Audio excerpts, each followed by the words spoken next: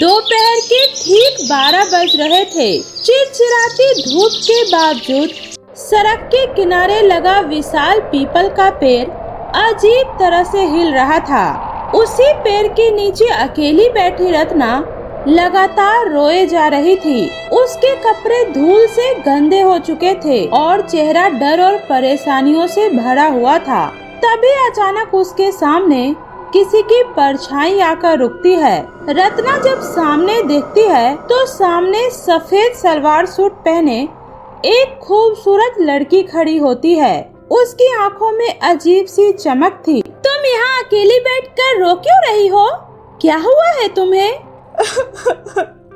क्या बताऊं बहन, माँ बाबूजी ने कर्ज लेकर मुझे शहर पढ़ने के लिए भेजा था, लेकिन रास्ते में मेरा बैग चोरी हो गया।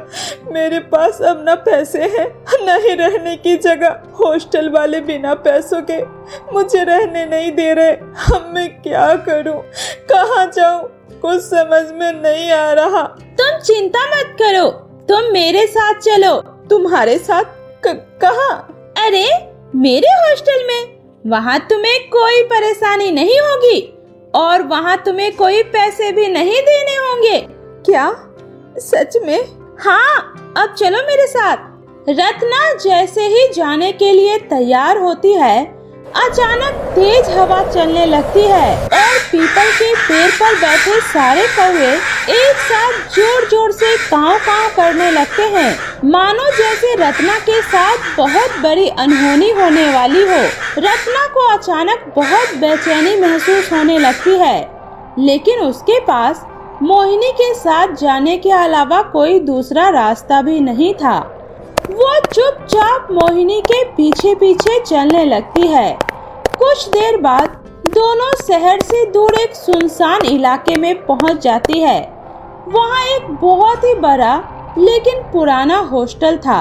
हॉस्टल की दीवारों पर जगह जगह दरारें थी, खिड़कियां टूटी हुई थी और ऊपर लगे बोर्ड पर धूल जमी हुई थी। इस हॉस्टल में कोई रहता भी है क्या? हाँ, बस कुछ लड़कियां जिनका इस दुनिया में कोई नहीं है। क्या मतलब है तुम्हारा? अरे तुम वो सब छोड़ो और अंदर चलो। पूरे हॉस्टल में एक अजीब सी शांति थी। ना किसी लड़की की आवाज, ना ही हंसी और ना ही कोई हलचल। बस लंबे अंधेरे कॉरिडोर के आखिर में कुछ लड़कियां खड़ी उसे घूर रही थी। सभी लड़कियों ने सफेद कपड़े पहने हुए थे और किसी के चेहरे पर मुस्कान नहीं थी। मोहिनी, ये सब कौन है?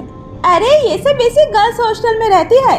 लेकिन हाँ, तुम यहाँ किसी से ज्यादा मतलब मत रखना। बस अपने काम से काम रखना।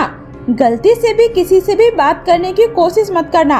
और हाँ, रात में तो भूल से भी अपने रूम से बाहर मत निकलना। मोहिनी की ये सारी बात सुनकर रत्ना थोड़ी घबराती जरूर है, लेकिन उसके पास कोई दूसरा रास्ता भी नहीं था। वो चुपचाप उस पुराने हॉस्टल के अंदर रहने लगती है। ऐसे ही दिन गुजरने लगते हैं। उस हॉस्टल की सभी लड़कियां हमेशा सफेद कपड़ों में ही रहती थी। कभी कभी वहां पर बहुत सारी लड़कियां दिखाई देती थी, लेकिन कभी कभी वहां कोई नहीं होता था। लेकिन एक बात रत्ना ने नोटिस की थी, पूरा हॉस्टल दिन में बिल्कुल सामान्य लगता था, लेकिन जैसे ही रात के 12 बजते वहाँ का पूरा माहौल बदल जाता। कॉरिडोर में किसी के चलने की आवाजें आती, कभी किसी लड़की के रोने की आवाज, तो कभी ऊपर वाले मंजिल से कुर्सियां घसीटने जैसी आवाज। आखिर इतनी रात में हर रोज इस हॉस्टल में कौन रोता है?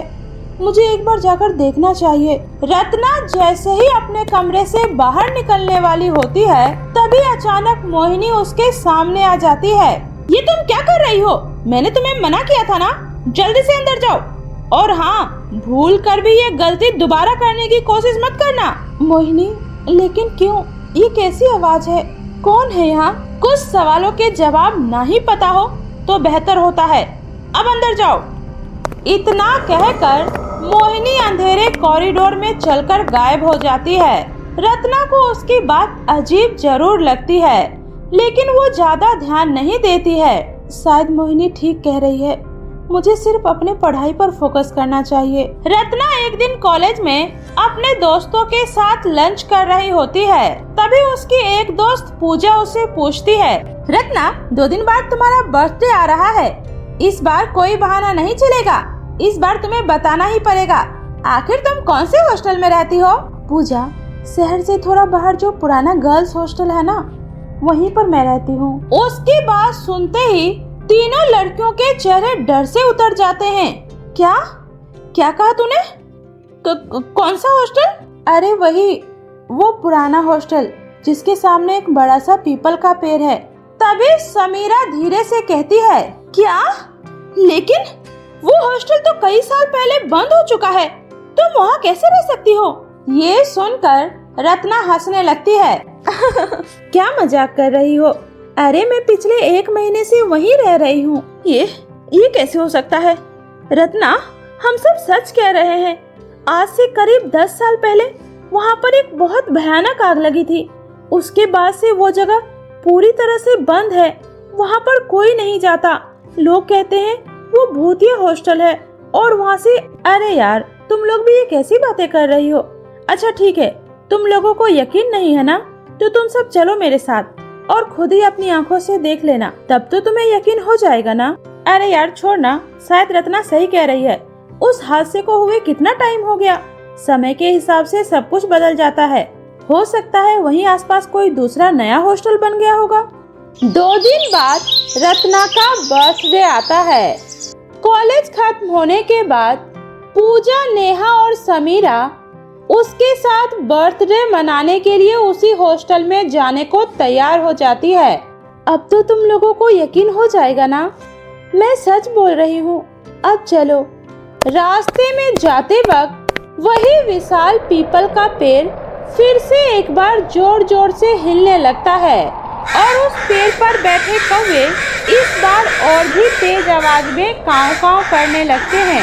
काली कौवे का इस तरह बोलना बहुत बड़ा अपशगुन होता है। मुझे नहीं लगता हमें यहाँ आना चाहिए।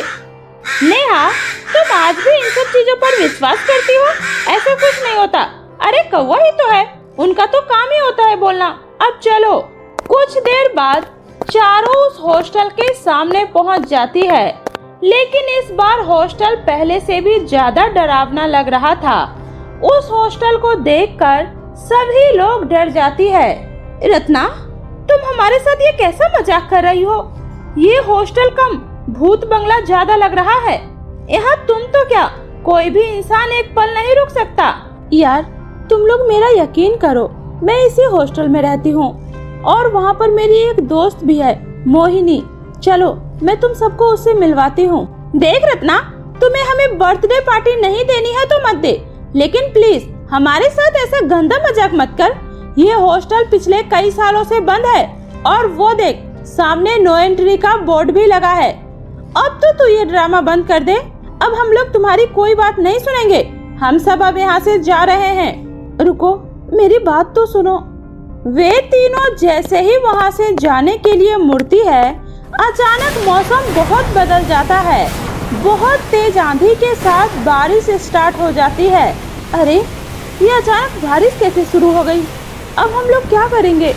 प्लीज यार अंदर चलो, मैं सच कह रही हूँ, मैं इसी हॉस्टल में रहती हूँ। रत्ना के बार बार कहने पर सभी लड़कियाँ हॉस्टल के अंदर जाती है, तो अंदर का नजारा देखकर सभी के होश उड़ जाते हैं। जो हॉस्टल बाहर से दिखने में इतना डरावना लग रहा था, वो अंदर से बिल्कुल अलग दिखाई दे रहा था। पूरा हॉस्टल रंग बिरंगी लाइटों और गुब्बारों से सजा हुआ था और बीच में एक बहुत बड़ा सा केक रखा था और दीवार पर बड़े अक्षरों में लिखा था, हैप्पी बर्थडे रत्ना। पूजा हैरानी से कहती है, रत्ना ये सब किसने किया? तभी पीछे से मोहिनी की आवाज आती है। मैंने। मोहिनी सफेद ड्रेस में मुस्कुराते हुए उनकी तरफ आती है। मोहिनी, लेकिन मैंने तो तुम्हें अपने बर्थडे के बारे में बताया ही नहीं था। दोस्ती में कुछ छुपता नहीं है रत्ना, मैंने तुम्हारी डायरी में पहले ही देख लिया था। अच्छा तुम लोग ये सब छोड़ो और जल्दी से केक काटो। Thank you so much Mohini, तुमने मेरी बहुत हेल्प की। आज के जमाने में तुम जैसी दोस्त बहुत मुश्किल से मिलते हैं। अरे अब ये सब छोड़ो, अब मुझसे और इंतजार नहीं हो रहा, तुम जल्दी से केक काटो। रत्ना जल्दी से केक काटती है और सबसे पहले केक लेकर मोहिनी के पास जाती है। नहीं रत्ना, ये केक स्पेशल तुम लोगों के लिए है, इसलिए पहले इसे तुम सब खाओ। उसके बाद रत्ना अपने सभी दोस्तों को वो केक खिलाती है। केक खाते ही उसकी तीनों दोस्त वहाँ से अचानक गायब हो जाती है। ये क्या? पूजा, नेहा, समीरा, अरे ये अचानक ये तीनों कहाँ चली गई? मोहिनी, मोहिनी, ये सब क्या है? तभी मोहिनी का चेहरा अचानक बदल जाता है और वो अजीब सी आवाज में कहती है, मूर्ख लड़की, तुम्हें क्या लगा मैंने तुम्हारी मदद यूं ही की थी? नहीं, 10 साल पहले इसी दिन मेरे बर्थडे पर इस हॉस्टल में आग लगी थी और मेरी सारी सहेलियां मुझे अकेला छोड़कर यहाँ से भाग गई थी। मोहिनी, जो कुछ भी हुआ उसमें हमारी गलती नहीं है। प्लीज मोहिनी, हमें जाने दो, हमारे दोस्तों को छोड़ दो। नहीं, कभी नहीं। अब से वो सब इस हॉस्टल के नए मेहमान बनेंगे। हर साल मैं अपने बर्थडे पर कुछ नई लड़कियों को यहाँ पर बुलाती हूँ ताकि वो भी हमेशा के लिए यहाँ पर हमारे साथ यहीं रह जाए। मोहिनी, मेरे दोस्त कहाँ हैं? तुमने उनके साथ क्या किया? प्लीज बताओ मोहिनी, तुम चाहो तो मेरी जान ले लो, लेकिन प्लीज उन्हें छोड़ दो, उन्हें जाने दो। कभी नहीं, ये दोस्त बहुत बेवफा होते हैं रत्ना, इन पर कभी भरोसा नहीं किया जा सकता। इसलिए जो भी हुआ उसे भूल जाओ और अपने कमरे में जाओ, और हाँ, दरवाजा मत खोलना। नहीं, मैं तुम्हारी कोई बात नहीं मानूंगी। पूजा, समीरा, नेहा, कहाँ हो तुम सब? तभी ऊपर से पूजा, नेहा और समीरा की चीख सुनाई देती है। रचना, रत्ना, बचाओ रत्ना, प्लीज बचाओ। रत्ना जल्दी से ऊपर भागती है।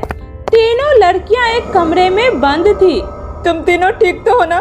देखो, तुम चिंता मत करो, तुम्हें कुछ नहीं होगा, चलो मेरे साथ। जैसे ही उन्हें लेकर रत्ना वहाँ से जाने लगती है, वहाँ पर मोहिनी आ जाती है।